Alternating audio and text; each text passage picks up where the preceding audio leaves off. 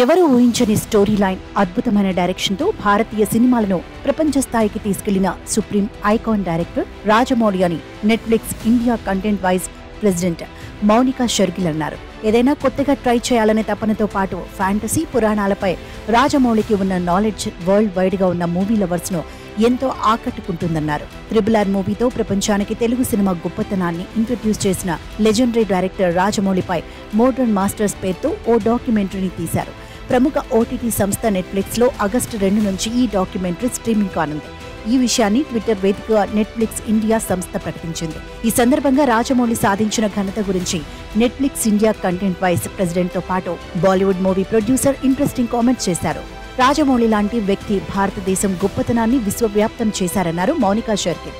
భారతీయ సంస్కృతి, చరిత్ర తను తీసిన ఐకానిక్ సినిమాలకు ప్రాణం పోశాయని చెప్పారు.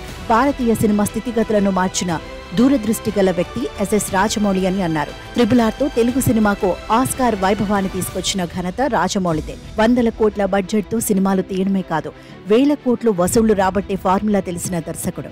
ప్రపంచవ్యాప్తంగా ఆయన గురించి తెలుసుకోవాలనే తపన వరల్డ్ వైడ్ గా ఉన్న మూవీ లవర్స్ కు ఉంటుంది. అందుకే ఆయన జీవితం ఇప్పుడు తెరపైకి రాబోతోంది. రాజమౌళి బయోపిక్ లాంటి డాక్యుమెంటరీ ఒకటి OTTలోకి స్ట్రీమింగ్ కానుంది. మోడర్న్ మాస్టర్స్ పేరుతో ఓ డాక్యుమెంటరీని తీశారు. ప్రముఖ OTT సంస్థ నెట్ఫ్లిక్స్ లో ఆగస్టు 2 నుంచి ఈ డాక్యుమెంటరీ స్ట్రీమింగ్ కానుంది. ఈ విషయాన్ని నెట్ఫ్లిక్స్ ఇండియా సంస్థ ట్విట్టర్ వేదికగా ప్రకటించింది. ఈ డాక్యుమెంటరీలో భారతీయ, అంతర్జాతీయ సినిమాపై రాజమౌళి ప్రభావం ఎలా ఉందనేది చూపించబోతున్నారు.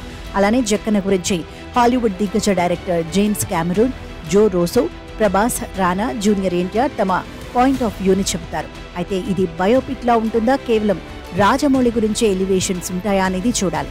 ఓటమి లేని ధీరుడిగా రాజమౌళి పేరు తెచ్చుకున్నారు.